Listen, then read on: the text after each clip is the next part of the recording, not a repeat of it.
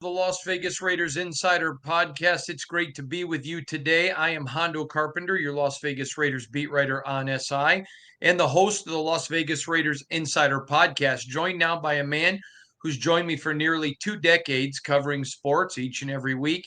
He is a highly acclaimed journalist and an incredibly successful attorney in the Atlanta Buckhead area of Georgia, and he joins us to talk all things Raiders and NFL, the great Jonathan Shop. Jonathan, you got to tell everybody, how do they find you on Twitter? At JP Spartan. I am still there. There's still a lot to learn, still a lot of news breaking, still a lot of interesting stuff. And obviously this weekend, plenty to share for everybody who is an NFL fan. All right. I want to start with Pete Carroll.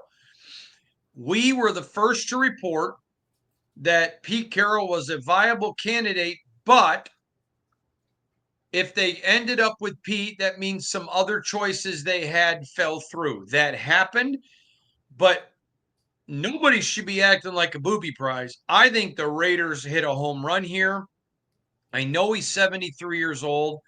I was told a short time ago from somebody in the building he's going to offer a chance to come in and reset the culture with Brady and then open the door down the road just, a few years for someone else to come in then and take a better culture and move forward. I know Raider fans are frustrated by that, and I'm going to address it later in the week about what's wrong with the culture. But before I do, I want to get your thoughts on the Pete Carroll hire. I think it was a good hire. We've got a couple of them for sure. The obvious one to me is going to be underrated nationally, but the Raider fans are going to appreciate it. A lot of people are big fans of Pete Carroll in the Raiders' natural market. We're talking Southern California, we're talking Northern California, and of course in Nevada. So we've got to keep that in mind. A lot of people don't care about the NCAA, don't care about his history there. So there may be some that, hey, I don't like him no matter what because of that, even though this is pro football. But they've already got a built-in support. So any chance of we're going to lose support out of Southern California because Pierce is gone, I think that's washed away. I don't think that's the case. You may gain a little support. You may lose a little support. I think it's going to be about even. Now, on the football field, what matters here? Well, one thing that stands out to me is his experience in finding a quarterback. We all know the Raiders want to find a quarterback for the future. And I don't think that's going to be a problem with Pete Carroll because of his personal experience doing so. Mm-hmm. Seattle signs a quarterback to a pretty big deal. They draft Wilson, quickly realize Wilson is the guy. He gets Wilson in. Look where the Seahawks go. He's not going to be afraid to draft a quarterback or a second quarterback in the coming draft if he thinks, hey, this is a guy that I know can play. You've got a fresh Pete Carroll. After a year off, look around, absorb some things, think about some things, get that desire back, recognize that it's still burning. This guy's ready to chomp on the gum. For the Seahawks fans out there and anybody that's seen him, they know he likes gum. He's ready. I heard him a couple weeks back talking to fans on a national NFL show, basically as excited as could be about what he's got in mind after this year off and how he's ready to go. So I don't think this is at all a step back. Some of us maybe a little more conservative, thinking I like somebody that has experience and has done it. Obviously, Carroll has. I, like a lot of folks out there, very interested in the coordinators that are going to come in. I want one really. That's going to be the story.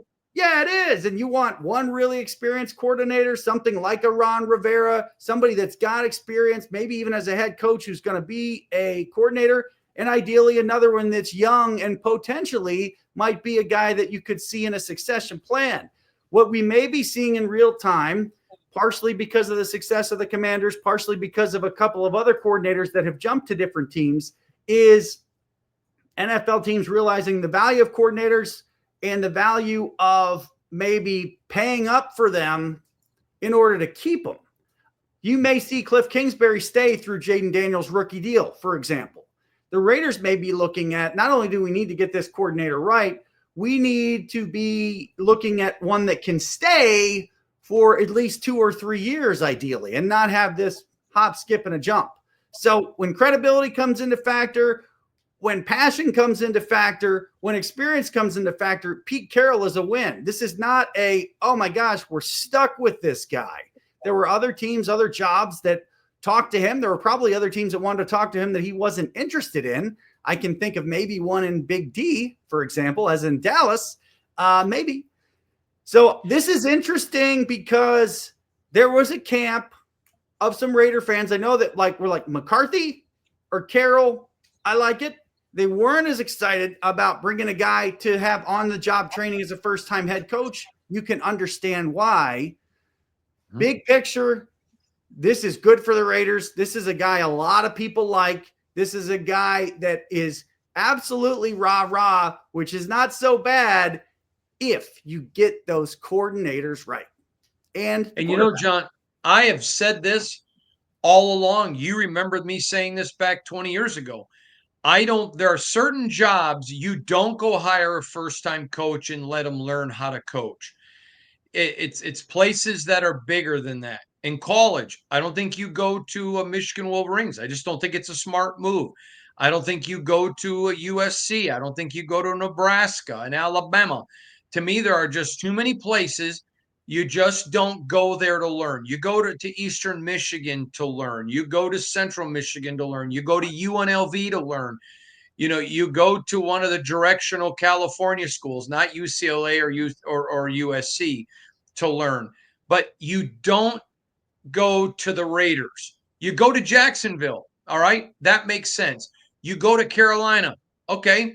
I get that. I just don't think the Raiders are that. I never have. And I stand by it. And I think it was smart to go with Pete Carroll. All right. Can I say one thing there? That is the rule. Of course, there is an exception. But outside of Mike Tomlin, it's hard to find one. And you mentioned one thing about the NFC South. That division is what it is. So regardless of what happens with Canales and Cohen, Cohen's in a different division, but, sometimes I want to look at where the coordinator came from. What division did he come from? Some guys have done really well. We all know what happened to the Chargers. And there's a 50-50 chance or better that one of these first-year coordinator guys is going to have a little stumble or a little tough time, if not be buried. You take that out of the equation when you bring in a Pete Carroll. So they are set up to get stable, get success. For many people, they are looking at this really as year one of the Raiders version, either 2.0 or 3.0, depending if you count Mark Davis as 2.0 and Tom Brady as 3.0. Keep that in mind, folks. This is really a blank slate. Yeah, I got to tell you, an AFC executive who you and I both know made a comment to me right after they lost Ben Johnson. I think the Raiders just dodged a bullet. And I think Mark Davis did. He's already paying 3 coaches right now. And all the money they were going to pay Ben for an unproven guy. Listen, he is a great guy. He's not a good guy. He is a great guy, but he's an introvert. He's a lot like Josh McDaniels. I don't think it was going to work. I think good for the Raiders. There's that old country western song. Sometimes you thank God for unanswered prayers. I think this is going to end up being one of them. All right. I want to move to something. And an NFL player called me the last time you were on. And he asked me to bring something up with you that he wanted you and I to discuss. Okay? He's a great defensive player. I'll tell you who later. He said to me, I have a rule. Inside the pocket, all you can do is touch the quarterback. Keep the rules exactly where they are. Protect him. He goes, I get it. They're the most important position in the game. Inside the pocket, you got to treat him like porcelain. He said, but the moment he gets out of the pocket, he's fair game, and you get to treat him like a running back. He goes, and I'll give him one thing. If he slides, it's hands off, just like the rule is now. He says, but if he fake slides or decides not to slide, it's loss of down, a 15-yard penalty from the previous spot, and that loss of down. And he goes, and if he does it twice in a season, he's out. He's suspended. He goes, I don't have a problem with protecting quarterbacks. He goes, I'm a defensive guy, and I understand we've got to protect them. More people come to watch the quarterback than me. He said, but at the same time, we can't let them get away with this stupidity. And once they're out of the pocket, it's fundamentally changing the game. I thought it was brilliant. I want to hear your thoughts. We need some give and take when it comes to the quarterback and how accessible they are to be treated like another player. That is definitely true. I don't think this is a bad idea as a start for a framework. I'm sure it would need more examination to say, hey, if we put this pocket line in here, we've run through all the plays last year. We had the AI computer do it, and then we had people watch it. You know, there's 55 times a guy could have gotten really hit right when he stepped out of the pocket, and then a bunch of other times when not. So there probably needs to be some analysis, but I do think that there's something that that needs to be done. And it's got to be a give and take. So if the quarterbacks are going to basically be told you have one form of slide that you can make, whether you're right-footed or left-footed, you have one form of slide and that is untouchable, they got to give a little bit on that one. A lot of people saw the pull-up move from Mahomes. They've seen other moves. They may see a move. We may see a move this weekend that matters much, or we may see a quarterback knocked out. So we know it's in the air. This is, again, something that I would like to see the competition committee address, and, of course, the competition committee expand. You need two people on that committee who don't have anything else to do but focus on and be competition committee for the entire year. And they don't need to necessarily be paid full-time jobs. There's at least 100 former NFL players who would probably do that job pretty much for free or for travel and expenses. Just throwing that out there. So I don't think it's a bad idea. I think it's a basic framework to start. You need to have some study of it, but we need to figure something out. And some of the responsibility needs to go on the quarterbacks. They need to know when I step out, I am normal. I am able to be hit hard. Maybe you go ahead and get out and get to the sideline or get down. When I look at quarterback play from a bigger picture, and I think about the fine rookie in Washington, of course, who I'm not totally sure is that well protected. I'm also thinking that coaches maybe need to get in and start telling their quarterbacks from week 1 to week, I don't know, until we're playing for like something that matters, like playoff contention or playoff clinch, go ahead and slide on the early side. Go ahead. I will let you and not have a problem with you taking a few less yards to make sure that you're not going to get tattooed and KO'd. What happened, for example, with Jalen Hurts, I don't think there's an excuse for it. That field in Maryland has been horrible forever. He got hit. He got concussed. Should not have gotten concussed, but the darn thing is hard as concrete. So I want to give and take from the owners too. Let's go ahead and make sure we don't have any stadiums that can't absorb the level of force and impact. What I mean is, don't get us any more concussions with star quarterbacks that should not be concussions, but were concussions because your field is like a rock. Go ahead and tear that thing up. This is the most popular form of entertainment in the country. We need the best surfaces to play on. We need the best set of rules. So we're talking about a little bit of a comprehensive approach. You think, oh, it's just as simple as the pocket lines and then you're free to go. That's a great starting point. There's got to be a whole comprehensive picture. Everybody's got to give and take here. What's best for the game overall is everybody gives and takes. So we don't have anybody thinking my team got cost because the quarterback faked somebody out or took advantage of a rule and he's over on the sideline smiling and laughing. Nobody wants to see that garbage. So let me just make an announcement to all of our listeners. At the time of us taping this, we don't know when they're going to have the Pete Carroll, John Spytek opening press conference. If it is Monday, then this announcement is for Tuesday. But if it's not Monday, we're going to have a very special guest on the podcast. Don't miss it.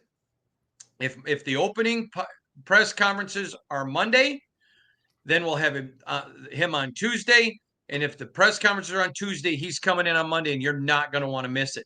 Trust me, you're not going to want to miss this. John, I want to turn to something Tom Izzo, my dear friend, the Hall of Fame basketball coach at Michigan State, used to say all the time to me, is that each freshman that comes in, every young player that comes in, they're all talented or you don't get to go to Michigan State.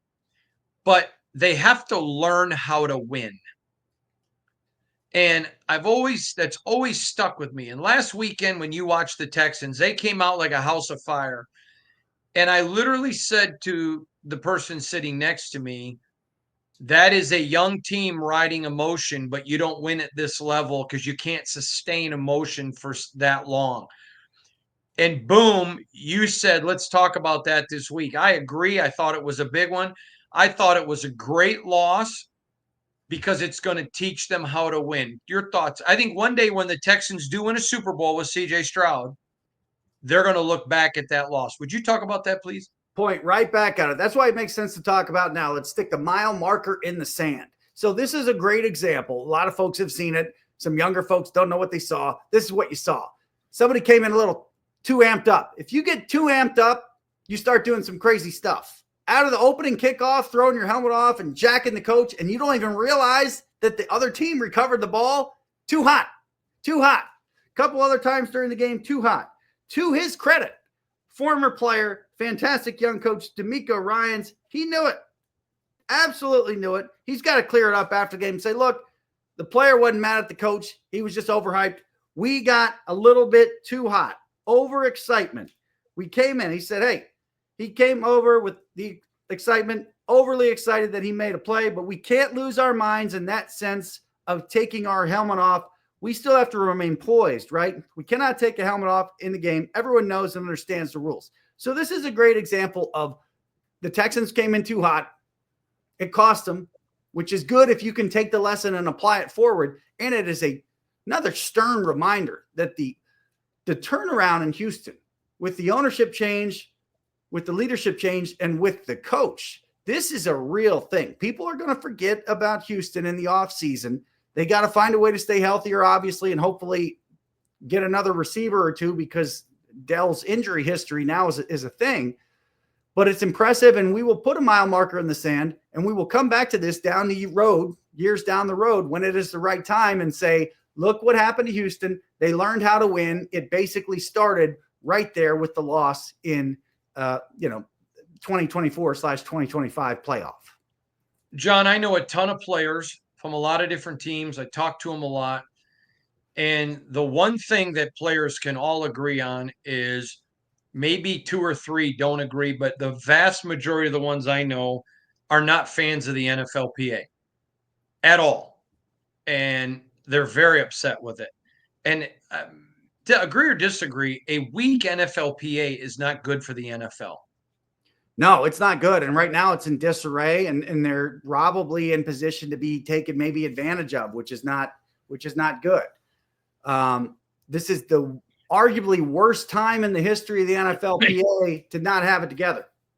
And what they need to do is everybody not involved in the Super Bowl that's around that Super Bowl, they need to get in meetings, probably not a meeting. They need to get in meetings. They need to get in some line. They may even need to reach out to some former players to have them come in and say, listen, you guys got to set this thing straight. There is a quiet around the NFLPA, and now we're hearing things about buyouts of employees and just not really organized very well. This is a concern. 18 games is a concern if the players don't get what they need in there, if they don't get expanded rosters, if they don't get a second bye week, if they maybe don't get a universal bye week before the playoffs. There's work to be done. Again, most popular form of entertainment in the country. I'm not saying they have to have the biggest and most brash. I'm not saying you need Donald Fair running around, for God's sake, but you need some organization and people need to be on the same page because business is about to move quicker and quicker in the NFL. Do you see what's going on, players? You're going to Amazon. You're going to Netflix. These are business opportunities for the NFL. Really setting up shop in Europe, whole bunch of different stuff. It's disarray. A lot of fans don't know because we're in the season. We're like, hey, this is great. This is awesome. NFLPA is in disarray. Keep an eye on that one. We will be talking about it most likely in February, March, and probably through the rest of the spring and summer. I agree with you. And I'm telling you right now, and I hold me accountable to this. 18 games is going to devastate the league. And I want to add this. years ago, I was at Tom Izzo's house and we were talking about fouls in basketball. And he said, why don't you make the penalties for every fifth and higher foul bigger, maybe 3 free throws, and if you get to 7 or 8, it's 3 and the ball. He says, but people pay to come watch the players, not to have them in crunch time sitting on the bench. And you've got too much with referees who one night call it close, one night don't. Here's where I'm going with this. The Detroit Lions lost, and you know what? God bless the Commanders. But are you telling me a healthy Lions team would have lost the Commanders? No, I don't think so. That's not what people are paying for. And so now you're seeing teams that it's no longer the best team's going to make the Super Bowl or the AFC or NFC championship game. It's the healthiest team. John, that's not what the game's about. They're not helping the game. They're hurting the game. And if they don't want to expand the roster and expand the salary cap, at some point the players have to take a sword, put it in the ground and say no. And it's sometimes fans got to say no and say no. If I'm a fan of the Chiefs, and I'm not, I don't want to watch a game without Patrick Mahomes. I don't want to watch a game, without a Travis Kelce. I don't want to watch a Bills game without Josh Allen or a Commanders game without Jaden Daniels. They're just playing Russian roulette. Again, go back to 16, expand the playoffs. I'm good with that. Go back to 16 games, but expand the playoffs so there's still more games. But, John, I'm telling you, this week NFLPA is going to crush the NFL. All right, I want to talk to you about 2 names. There are 2 coaches that in this last hiring cycle I was stunned did not get a look. Okay? Ryan Day at Ohio State, who I think would do great in the NFL. Great. Different, but very similar to Pete Carroll. The way he looks at the game, the way he handles his team as a CEO, he's perfect. The other is a man who said on College Game Day on the national championship before it, Nick Saban said, if I coached again, it would be in the NFL. I would love to see Nick back in the NFL. Known Nick a long time. I believe he would take if it was the right opportunity. Were you surprised, or am I delusional, that we didn't see Ryan Day or Nick, especially after Nick made those comments, even get a sniff? This issue with Ryan Day, I think after the loss to Michigan, he battened down the hatches completely and probably told his people, I don't want to hear about anything until the season's over. I think Ryan Day is a great candidate for the NFL. As we've talked about elsewhere, I thought Ryan Day was going to go to the NFL if they had won the national title of the year. They lost to Clemson because of a couple injuries and a couple of calls. Then Ryan Day somehow outplays Georgia on the road in a bowl game, which is ridiculously unfair, and they somehow lose to Georgia. So not going. This is the time that Ryan Day should have gone to the NFL. I understand the timing is bad, and it doesn't look like he's going unless something amazing happens, but Ryan Day is an NFL coach that belongs probably in the NFL. No doubt there. When it comes to Nick, I've always said Nick is Nick. He's a legend, and legend just keeps on growing. Of course he can coach in the NFL. Well, I didn't do Miami. Are you out of your mind? When you're talking about the nuts and bolts, there's nobody more organized in football than Nick Saban at any level. Organization is probably the number one key you need to be a good head coach in the NFL. He doesn't need to do everything like he did when he was in Miami. He may not think he is God's gift to defense anymore like he did when he went to Miami. If he's in the right spot, it's a home run. Nick Saban, an NFL coach. Was it ever going to be the right spot where it maybe should have been in Dallas on arguably the biggest stage? I don't think so with Jerry Jones there. What about Washington? Well, they had an absolute fool for an owner, and they don't need a head coach now. Maybe the magic comes for Saban. Maybe he ends up as a commissioner of a sorely needed role, commissioner of college football. But that's such a big mess. That's such a bad experiment in the kitchen trying to bake with sugar here, salt there, eggs here, and everywhere, and nobody's going to clean it up. I want to see him back at the NFL level. We've talked about this. This is how you circle the wagons, and it's so timely with Pete Carroll getting the Raiders job. Nick Saban, here's the thing. He will never be held to be one of the absolute best football coaches in the history of football unless he wins, really probably unless he wins a Super Bowl at the NFL level. He's got to know that. I thought that's what would have drove him back to the NFL before. I think he may have had a couple opportunities that maybe something's changed right before they got done, and he said, I'm not doing it. Carroll's won them both. Jimmy Johnson's won them both. There's not many that have won them both. You can't say he's one of the best coaches of all time because he didn't do it at the NFL. Certainly college, no doubt at all. I think he's got a bigger opportunity. Not saying a bigger head, but he knows he could win at the NFL. Who knows what the Dolphins would have done the next year? Maybe they'll be a right fit for him, but it's probably got to come next year, Hondo, or at some point, he's just going to be like, I'm out of it. I don't want to do it. So I hope next year for both. Day absolutely makes sense as an NFL coach. He came from an NFL operation. He's ready. And who knows, maybe this time next year, we'll be talking about him going to somebody's going to have a head coaching change next year. All right, let's talk about the Brock Purdy contract. Fascinating times for the 49ers. What do you think they're going to do? I actually changed my mind on what I think they're going to do just here this afternoon. I think they're not going to do anything in the offseason, and I think they need to draft a quarterback. Why do I think they need to draft a quarterback? Because everybody needs to draft a quarterback because there's not enough of them, and sometimes they get hurt. I think the better thing to do is not mess with him at all at this time, not extend him at all. It's not a knock on Brock Purdy, but there is a question. Could the 49ers be practically as good with anybody else? Now, they may dig their heels in and say, listen, it looks like our window is closed in San Francisco, but it ain't. Everybody's staying put. Salah's coming back. We're going for it now. And if that's the case, you may see Shanahan, you may see Lynch, you may see everybody line up and they go ahead and extend Purdy. I would say, why? Do they need to extend Purdy? They know him way better than we do. Does he look like the kind of guy that's going to roll out there and pull some Jimmy Butler baloney? No. Are you going to get any less of a Brock Purdy if he's franchised, if he's still on his rookie deal, whatever? If he's not extended next year, I don't think you are. Maybe Cousins set the market as far as bet on yourself and look what Lamar did with it. I don't think the 49ers should do anything other than try to figure out, is our window actually closed or can we get back?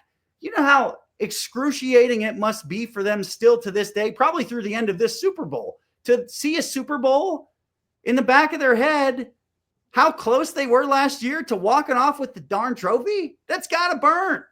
So what are they going to do? I say, make your push for 2025.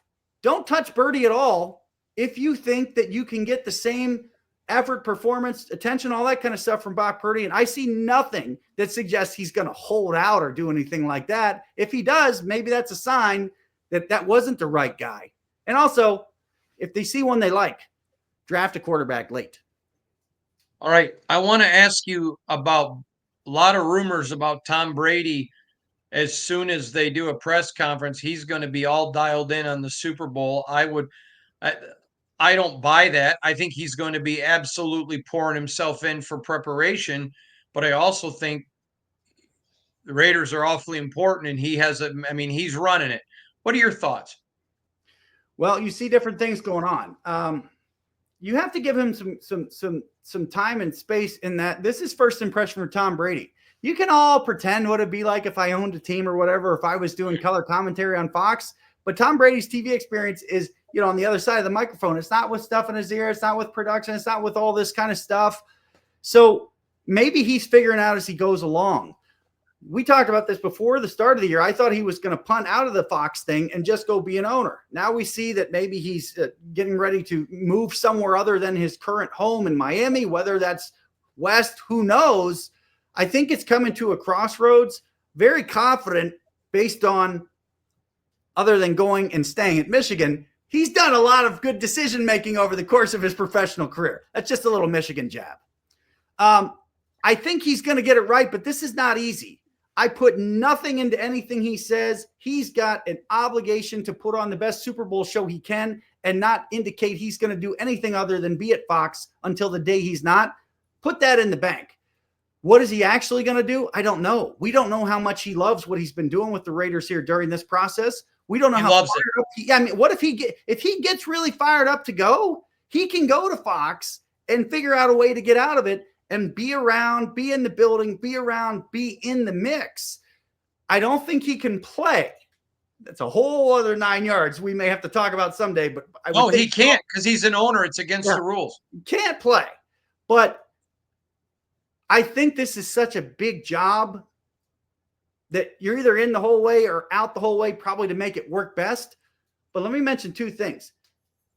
If possible, he and or Seymour, somebody needs to talk to these owners also about the 18 games, about some of the bigger issues. Because what I'm seeing and I'm hearing around is there's maybe a few that are too business interested right now for what's in the best interest of the NFL in the game beyond 2020, into the 30s, into the 40s. There needs to be a push-pull.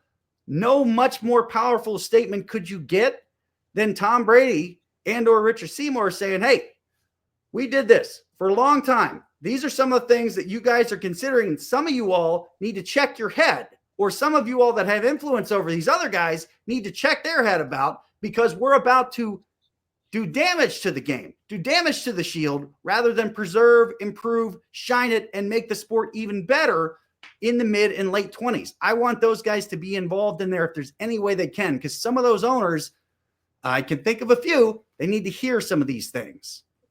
I'm going to just say this. I think Brady will buy a house in Vegas, but I do think he will keep his, I know he's going to sell a house, but I still think he'll keep his residency in Florida for at least 4 more years.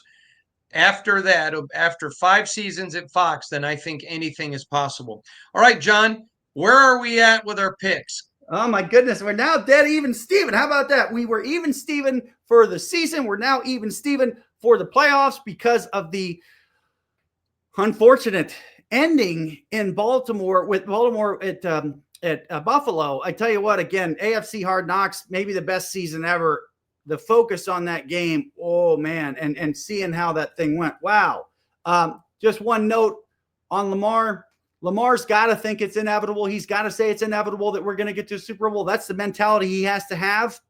He can't be like us knowing that it's not. There's nothing inevitable in the NFL. Not a darn thing. Speaking of that, even Steven, is it possible a rookie quarterback rise all the way from Arizona to Louisiana for all DC? Is it possible they can go beat the team that one of us picked to make the Super Bowl? I think the same thing a lot of folks out there do. How healthy is Hurts? Can you stop the run, or how do you manage to mitigate the run with Barkley and keep from explosives? And then the obvious, how do you deal with Carter? How do you deal with Jalen Carter? Those are the things that the Washington football team has to manage. Can they do it? I agree. So let me just say this to you quickly, then we're up against a break.